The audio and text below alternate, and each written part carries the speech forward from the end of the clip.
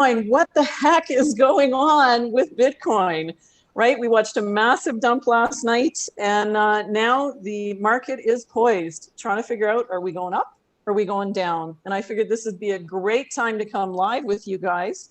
So good morning, good afternoon, good evening, depending on where and when you are tuning into this. Thank you for joining us. Whenever we have these moments of indecision in the market, I think it's really great to pause, check, zoom out. So I actually want to spend some time looking at the charts with you guys, because there's two massive patterns and everybody's waiting to see which one of them is going to play out in the market. So Nicola, can you give me host controls so that I can share my screen and show people what we're looking at here? Really, what we're wanting to do with you is draw the distinction between, are you FOMOing in at the wrong time in the market? Or are you really pausing, taking a deep breath and waiting till we have a confirmed breakout one direction or the other? Because that's the distinction between being a successful trader and just being addicted to gambling. Really, that's, you know, if you've just constantly got FOMO and you're jumping in at the wrong moment. So if you hear me say things like Bitcoin might dump, and that causes you to want to tune out because you can't hear that, then that's a good noticing for you to actually check your mindset. This is why we do so much on mindset on this channel, because 80% of being a successful trader is all about mindset. That's why Nicola does so much on mindset.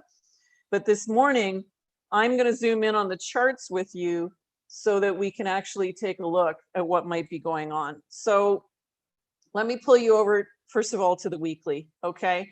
So we hit an all-time high, and ever since we've been in a consolidation phase. When we look at the weekly charts right now, we could be forming a really big pattern. In fact, it could be a really big bull flag on the weekly. And there's a lot of our favorite YouTubers this morning talking about how we just bounced off the 21-week moving average, which is often a big indication, like that's often the minimum Bitcoin goes to whenever we're in a bull market. We usually bounce off that cycle. But a couple weeks ago, I did a video with you comparing what's going on now to what happened during the 2013 bull run. So 2 bull cycles ago, because we're all, any of us who've been watching Bitcoin for more than a few weeks know this pi cycle indicator chart was something that was really being talked about a few weeks ago, because usually whenever these lines cross on the pi cycle indicator, that means we've hit the market top, right? And they crossed a couple weeks ago. So everybody was saying, what's going on? Could we be at the top of the bull run? But there was one bull run, 2 bull cycles ago in 2013, where those pi cycle indicator lines crossed twice, right? So this is actually the better analogy for what's going on right now than the last bull cycle, okay? So I want to take you back to 2013. Let's zoom in on that a little bit. Because when we look at what was happening on the weekly, this is the 2013 chart, okay? We topped out in 2013 at roughly $265. Then we had a retracement that lasted. This was 13th of April, we hit that top, okay? The retracement lasted all the way into July before we hit the bottom in July. So most of April, all of May, all of June into July. So this retracement was actually 3 months long. And when we have finally bottomed out, and remember this was still in the middle of the bull run. When we finally bottomed out, we bottomed out at $66, almost 70% retracement from the all-time high we hit there. And then Bitcoin went parabolic all the way up to $1,200, right? So almost 5 times higher than this first peak in the bull run. Right? So if our first peak was at 66 roughly, we could be seeing the ultimate peak in this bull run at 5 to 6 times higher than it is. The thing is, the longer it takes for this parabolic to happen, the higher the ultimate price will be. So a bit of a correction in the middle is not a bad thing, guys. It's really important for the overall stability of this bull run to have corrections in the middle.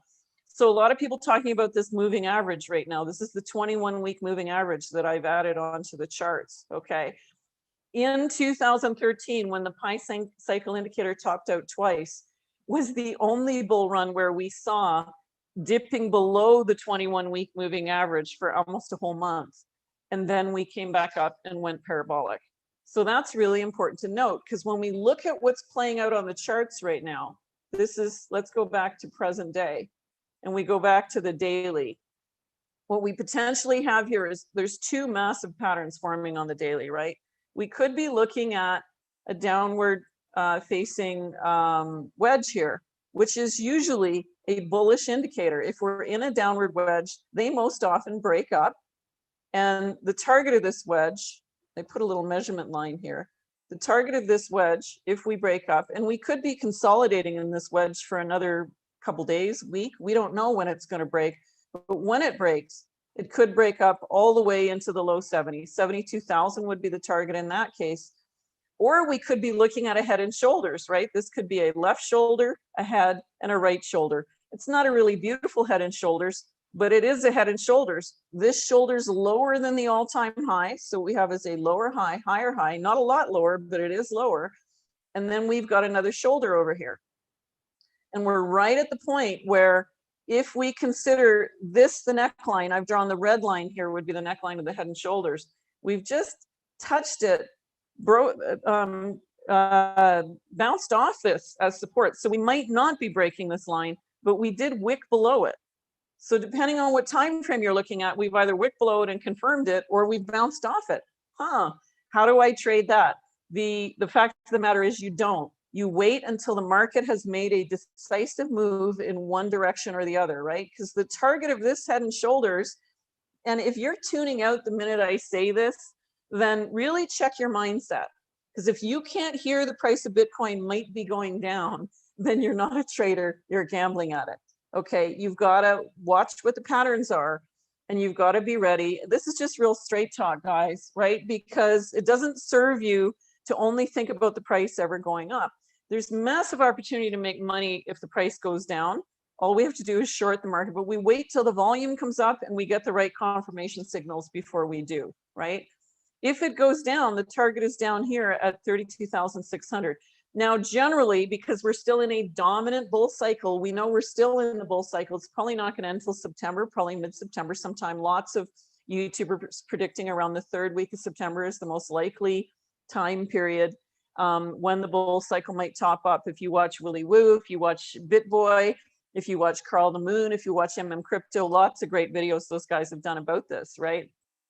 So we're still in the bull cycle. So if you're shorting, you generally want to make your target shorter, right?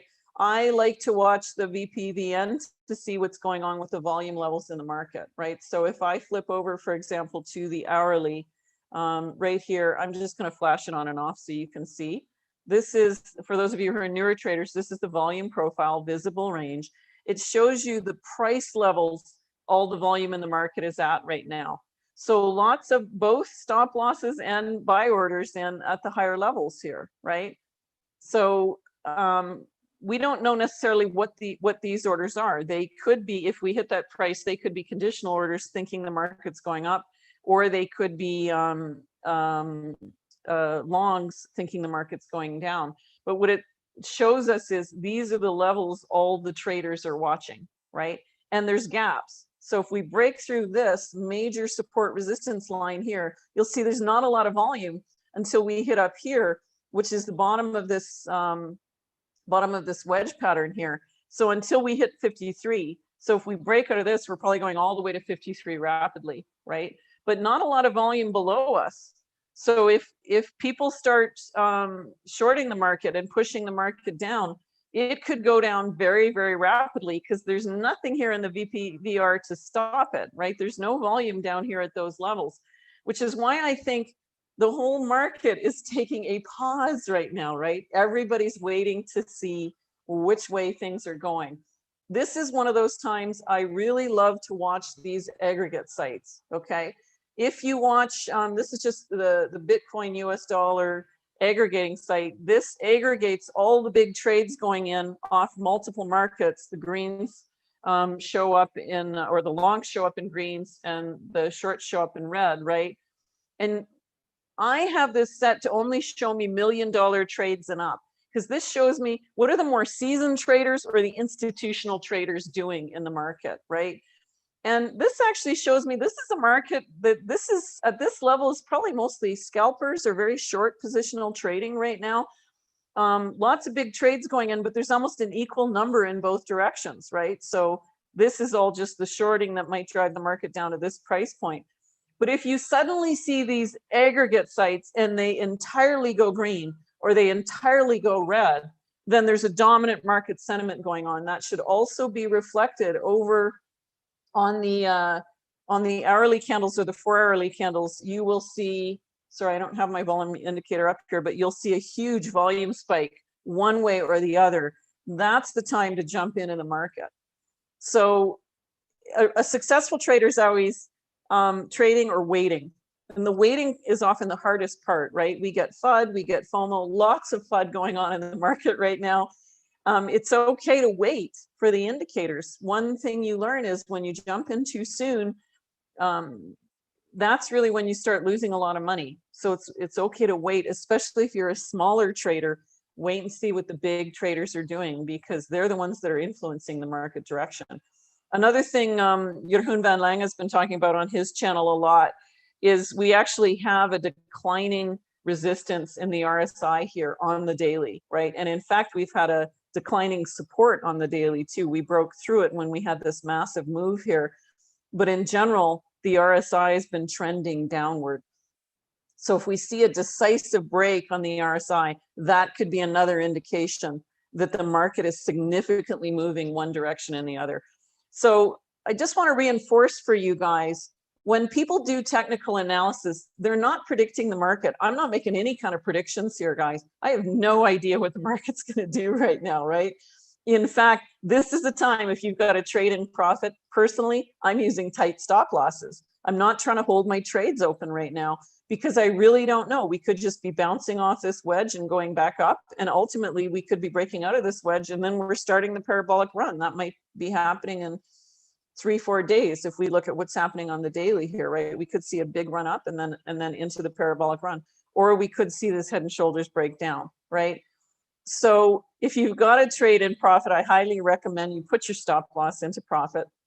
That's the one recommendation I'm going to make for you right now, because we don't know which way the market's going right now, and it's okay to wait and wait until we see decisively which way the market's going.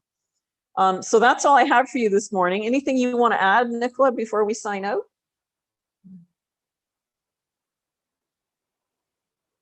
Yeah, I'll just come on. I'm not on camera, guys, because I'm just getting out of bed.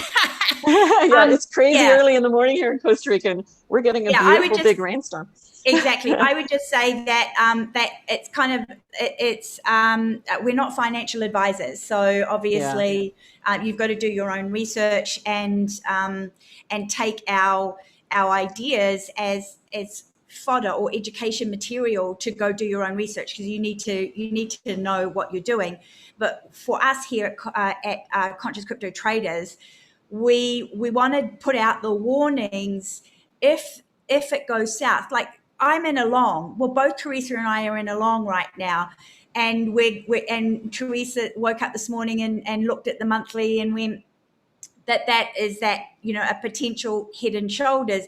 It's not a beautiful head and shoulders, but we feel we've got to bring it to our own attention as traders and your attention that is a scenario that could play out. We could see more downside. So we're obviously, as Teresa said, putting in tight stop losses. I'm in profit, so I've moved my stop loss up to be in profit, so I can't lose on this trade. And if you're looking at getting in a trade, just monitor it. Look for the confirmation of the break to the downside or the upside, and ride it to the top of the trend. But all indications are, this could be a little bounce that we've got off of the 45,000, bouncing up a little bit, and then continuing the downward trend. We shall just wait and see. And Ethereum's doing the same thing as well. It's just kind of coming back to confirm the rising wedge support line has been support for the last week or so, 3 weeks, I think, as resistance. So it's not time to panic. It's time to just be conscious, mindful, and aware, of all of the things that could play out that affect price action and make the right move at the right time for your level of risk management. And that's it from me. A couple final points I just want to raise. Nicola has a lot of great videos on mindset on this channel. This is one of those points in the market where your mindset will either kill you and you'll lose a lot of money, or your mindset will make you massively rich, right? Because whichever way this market breaks, it's going to break hard. And if you've got a bias toward this asset, and that's something DaVinci J15 talks about a lot. I love DaVinci's channel. If you've got a bias towards this asset and you just really, really, really want the price of Bitcoin going up, you're going to lose the opportunity to make money if it goes down, right? So you really want to be coming at your trades from a neutral mindset. What is the market and what is the charts telling us? What is the volume telling us? What are the breaking points telling us? So if you need support on mindset, that's one of the reasons we created this channel, was to help you.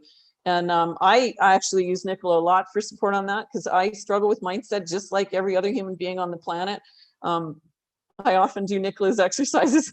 I'll be banging on her door saying, tell me the words for that exercise again. I need to do it right now, right? Because your mindset can be your best friend or it can be your worst enemy.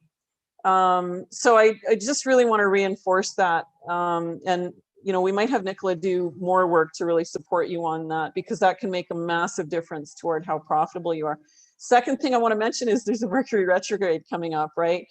And Jeroen van Lange talks about this a lot. We've got an interview with him on this channel talking about Mercury retrograde. It's coming up at the end of May and extends into mid-June. And Mercury retrograde is usually an acceleration of whatever cycle we're in. So if we're in a bull cycle heats up. If we're in a bear cycle slows down. Or in other words, we get more of a dump. And the one time Mercury retrograde didn't do that was in 2013, when the pi cycle indicator topped out twice, and we had that 3 to 4 month correction before we went parabolic. The Mercury retrograde actually represented the turnaround point. And the turnaround point of Mercury retrograde is actually around June 6th. So we might be in for another 3 weeks of correction here. We don't know. History doesn't always repeat, but it usually does rhyme. So just something to keep in mind as we move forward here, because if you think Bitcoin's going parabolic any minute, you trade differently than if you're looking at the charts objectively.